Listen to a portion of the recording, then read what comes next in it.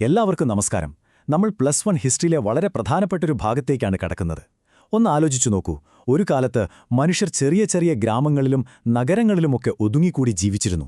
പക്ഷേ ചരിത്രത്തിന്റെ ഒരു ഘട്ടത്തിൽ എല്ലാം മാറിമറിഞ്ഞു. ഭൂപടങ്ങളെ തന്നെ മാറ്റിവരച്ചുകൊണ്ട് ഭീമാകാരമായ സാമ്രാജ്യങ്ങൾ, അതായത് എംപയറുകൾ ഉയർന്നുവന്നു. അപ്പോ ഈ സാമ്രാജ്യങ്ങളെക്കുറിച്ചാണ് നമ്മൾ പഠിക്കാൻ പോകുന്നത്. അപ്പോൾ നമ്മുടെ മുന്നിലുള്ള ഏറ്റവും വലിയ ചോദ്യം ഇതാണ്: ഈ ഒരു മാറ്റം ഇതെങ്ങനെ സംഭവിച്ചു? അല്ലേ, വെറും ഒറ്റപ്പെട്ട കുറച്ച് നഗരങ്ങളിൽ നിന്ന് ഭൂഖണ്ഡങ്ങൾ മുഴുവൻ വ്യാപിച്ചു കിടക്കുന്ന ലക്ഷക്കണക്കിന് ആളുകളെ ഒന്നിച്ചു നിർത്തുന്ന ഈ വലിയ സാമ്രാജ്യങ്ങൾ എങ്ങനെയുണ്ടായി? വാ, നമുക്കിതിന്റെ ഉത്തരം തേടി ഒരു യാത്ര പോകാം. ഈ മാറ്റം ശരിക്കും മനസ്സിലാക്കണമെങ്കിൽ നമുക്ക് ഈ രണ്ട് കാലഘട്ടങ്ങളെ ഒന്ന് താരതമ്യം ചെയ്തു നോക്കാം. ഒരു വശത്ത് പഴയ കാലത്തെ സമൂഹങ്ങൾ, അതായത് ഒറ്റപ്പെട്ട നഗരങ്ങൾ. അവിടെയുള്ള ആളുകൾക്ക് മിക്കവാറും ഒരേ സംസ്കാരമായിരിക്കും. ഇനി മറുവശത്ത് സാമ്രാജ്യങ്ങളെ നോക്കൂ. എത്ര വിശാലമായ പ്രദേശങ്ങളാണ്! അവിടെ താമസിക്കുന്നതോ പലതരം ഭാഷകളും സംസ്കാരങ്ങളുമുള്ള ആളുകളും. ഇവരെയെല്ലാം നിയന്ത്രിക്കാൻ ഒരൊറ്റ കേന്ദ്രീകൃത സർക്കാരും. കണ്ടില്ലേ, ഇതാണ് ആ വലിയ വ്യത്യാസം. അപ്പോൾ നമുക്ക് ചരിത്രത്തിലേക്ക് കുറച്ചുകൂടി ആഴത്തിൽ പോകാം. മെസപ്പൊട്ടേമിയയിലെ ആ പഴയ നാഗരികതകളൊക്കെ കഴിഞ്ഞ് ലോകത്തൊരു പുതിയ ട്രെൻഡ് വരുവാണ്: സാമ്രാജ്യങ്ങളുടെ ഒരു പുതിയ യുഗം. അപ്പോൾ ആരായിരുന്നു ഈ രംഗത്തെ ആദ്യത്തെ വമ്പൻ ശക്തികൾ? നമുക്ക് നോക്കിയാലോ? ചരിത്രത്തിലെ ഒരു ടേണിംഗ് പോയിന്റാണ് BCE 6-ാം നൂറ്റാണ്ട്. ഈ സമയത്താണ് ഇറാനിയൻ വംശജർ ഒരു പുതിയ സൂപ്പർ പവറായിട്ട് ഉയർന്നുവരുന്നത്. അവരെന്തു ചെയ്തെന്നോ, അവരുടെ മുൻഗാമികളായിരുന്ന അസീരിയൻ സാമ്രാജ്യത്തിന്റെ മിക്കവാറും എല്ലാ പ്രദേശങ്ങളും പിടിച്ചടക്കി. പക്ഷേ ഇതൊരു വെറും അധികാര കൈമാറ്റം മാത്രമായിരുന്നില്ല. ലോകത്തെ തമ്മിൽ ബന്ധിപ്പിക്കുന്ന ഒരു പുതിയ നെറ്റ്വർക്കിന്റെ തുടക്കമായിരുന്നു അത്. ഈ ഇറാനിയൻ മുന്നേറ്റം ശരിക്കും ലോകത്തെ ഒന്ന് അടുപ്പിച്ചു എന്ന് പറയാം. എങ്ങനെയെന്നല്ലേ, അവരുടെ ട്രേഡ് റൂട്ടുകൾ, അതായത് വ്യാപാരപാതകൾ അങ്ങ് മെഡിറ്ററേനിയൻ കടൽത്തീരം വരെ നീണ്ടു കിടക്കുകയായിരുന്നു. അപ്പോൾ ഈ വഴികളിലൂടെ വെറും സാധനങ്ങൾ മാത്രമല്ല പോയത്, പുതിയ ഐഡിയകൾ, യുദ്ധതന്ത്രങ്ങൾ, പലതരം സംസ്കാരങ്ങൾ എല്ലാം അങ്ങോട്ടും ഇങ്ങോട്ടും കൈമാറ്റം ചെയ്യപ്പെട്ടു. ചുരുക്കി പറഞ്ഞാൽ ലോകം പതിയെ പതിയെ ചെറുതാകാൻ തുടങ്ങുകയായിരുന്നു. ഇനി നമ്മൾ കാണാൻ പോകുന്നത് ചരിത്രത്തിലൊരു കൊടുങ്കാറ്റിനെയാണ്. സാമ്രാജ്യമെന്ന വാക്കിന്റെ വ്യാപ്തി തന്നെ മാറ്റിയെഴുതിയ ഒരാൾ, മഹാനായ അലക്സാണ്ടർ. അലക്സാണ്ടറുടെ പടയോട്ടത്തിന്റെ വേഗതയുണ്ടല്ലോ, അത് വിശ്വസിക്കാൻ പോലും പറ്റാത്തതായിരുന്നു.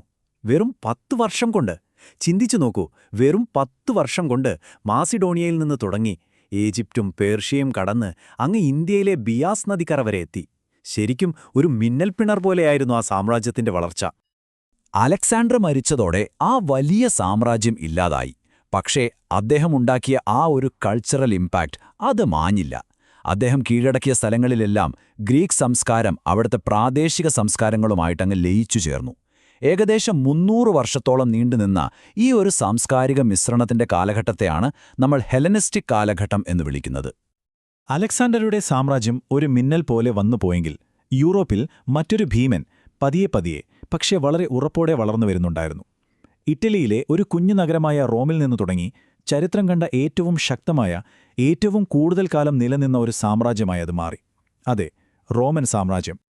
റോമിന്റെ ശക്തി എത്ര വലുതായിരുന്നു എന്ന് മനസ്സിലാക്കാൻ ഈ ഒരൊറ്റ നമ്പർ മതി: 3. Europe, Africa, Asia. 3 ഭൂഖണ്ഡങ്ങളിൽ പരന്നുകിടന്ന ഒരു ഭീമാകാരമായ സാമ്രാജ്യം. മെഡിറ്ററേനിയൻ കടലിനെ അവർ ഞങ്ങളുടെ തടാകമെന്ന് വിളിച്ചതിൽ പിന്നെ എന്താ അത്ഭുതം, അല്ലേ? അതിന്റെ വലിപ്പമൊന്നാലോചിച്ചു നോക്കൂ. വടക്കേ ആഫ്രിക്കയിലെ ചുട്ടുപൊള്ളുന്ന മരുഭൂമികൾ തൊട്ട് യൂറോപ്പിലെ തണുത്തുറഞ്ഞ വനങ്ങൾ വരെ, കിഴക്കൻ മെഡിറ്ററേനിയനിലെ പുരാതന നഗരങ്ങൾ എല്ലാം റോമിന്റെ കീഴിലായിരുന്നു. പക്ഷേ ഇവിടെയാണ് ശരിക്കുള്ള ചോദ്യം വരുന്നത്: ഇത്രയധികം വ്യത്യാസങ്ങളുള്ള പ്രദേശങ്ങളെയും ജനങ്ങളെയും നൂറ്റാണ്ടുകളോളം അവർക്ക് എങ്ങനെ ഒന്നിച്ചു നിർത്താൻ പറ്റി? ഇതിന്റെയൊക്കെ രഹസ്യമെന്തായിരിക്കും? അത് നമ്മൾ വഴിയെ മനസ്സിലാക്കും. അപ്പോൾ റോം ഒരു ഉദാഹരണം മാത്രമാണ്. ചരിത്രത്തിൽ പലതരം സാമ്രാജ്യങ്ങളുണ്ടായിട്ടുണ്ട്. ഓരോന്നിനും അതിൻ്റേതായ ശൈലിയും കഥയുമുണ്ട്. ഈ പാഠത്തിൽ നമ്മൾ അത്തരത്തിലുള്ള 3 വ്യത്യസ്ത സാമ്രാജ്യങ്ങളെയാണ് അടുത്തറിയാൻ പോകുന്നത്. അപ്പോൾ നമ്മൾ ഫോക്കസ് ചെയ്യാൻ പോകുന്ന 3 പ്രധാന വിഷയങ്ങൾ ഇവയാണ്. ഒന്നാമത്തേത്, നമ്മളിപ്പോൾ സംസാരിച്ച 3 ഭൂഖണ്ഡങ്ങളിൽ പരന്നുകിടന്ന റോമൻ സാമ്രാജ്യം. രണ്ടാമത്തേത്, ഇസ്ലാമിന്റെ ആവിർഭാവത്തിന് ശേഷം രൂപപ്പെട്ട വിശ്വാസത്തിന്റെ അടിസ്ഥാനത്തിൽ കെട്ടിപ്പടുത്ത മധ്യ ഇസ്ലാമിക ലോകം. പിന്നെ മൂന്നാമതായി വരുന്നത്, പുൽമേടുകളിൽ നിന്ന് കുതിരപ്പുറത്തേറി ലോകം കീഴടക്കിയ ചെങ്കിസ് ഖാന്റെ മംഗോളിയരെ പോലുള്ള നാടോടി സാമ്രാജ്യങ്ങൾ. ഓരോന്നും ഓരോ ലോകമാണ്, ഓരോന്നിനും അതിൻ്റേതായ കഥയുണ്ട്. അപ്പോൾ ഇതൊക്കെ എന്തിനാ നമ്മൾ പഠിക്കുന്നത്? കുറേ പഴയ രാജാക്കന്മാരുടെയും യുദ്ധങ്ങളുടെയും കഥകൾ മാത്രമാണോ ഇത്? ഒരിക്കലുമല്ല. ചരിത്രത്തിന്റെ വലിയ ക്യാൻവാസ് എടുത്തു നോക്കിയാൽ ഈ സാമ്രാജ്യങ്ങൾ നമ്മുടെ ഇന്നത്തെ ലോകത്തെ എങ്ങനെ രൂപപ്പെടുത്തിയെന്ന് കാണാൻ പറ്റും. ഈ ഒരു വാചകം ഒന്ന് ശ്രദ്ധിച്ചു കേൾക്കൂ. ലക്ഷക്കണക്കിന് ചതുരശ്ര കിലോമീറ്ററിലധികം വ്യാപിച്ചു കിടക്കുന്ന വൈവിധ്യമാർന്ന ഒരു ജനതയെ ഒരൊറ്റ ഗവൺമെന്റിന് കീഴിൽ കൊണ്ടുവരിക. ഇതായിരുന്നു ഒരു സാമ്രാജ്യത്തിന്റെ ഏറ്റവും വലിയ വെല്ലുവിളി. പല ഭാഷ, പല സംസ്കാരം, പല ദൈവം, ഇത്രയധികം വൈവിധ്യമുള്ള ആളുകളെ ഒന്നിച്ചു നിർത്തുകയെന്നത് ചെറിയൊരു കാര്യമല്ല. അതുതന്നെയാണ് അവരുടെ ഏറ്റവും വലിയ നേട്ടവും. അപ്പോൾ ഈയൊരു വലിയ ചോദ്യം നിങ്ങളുടെ മുന്നിലേക്കിട്ടുകൊണ്ട് നമുക്ക് ഈ ആമുഖം നിർത്താം. എന്താണ് ഒരു സാമ്രാജ്യത്തെ ശരിക്കും ഒന്നിച്ചു നിർത്തുന്ന ആ ശക്തി? അതവരുടെ സൈന്യത്തിന്റെ കരുത്താണോ? അതോ ഒരേപോലെയുള്ള സംസ്കാരമോ മതമോ ആണോ? അതുമല്ലെങ്കിൽ കച്ചവടത്തിന്റെ സാമ്പത്തിക ബന്ധങ്ങളാണോ? ഈ ചോദ്യങ്ങൾക്കുള്ള ഉത്തരം നമുക്ക് ഒരുമിച്ച് വരുന്ന ഭാഗങ്ങളിൽ കണ്ടെത്താം. റെഡിയല്ലേ?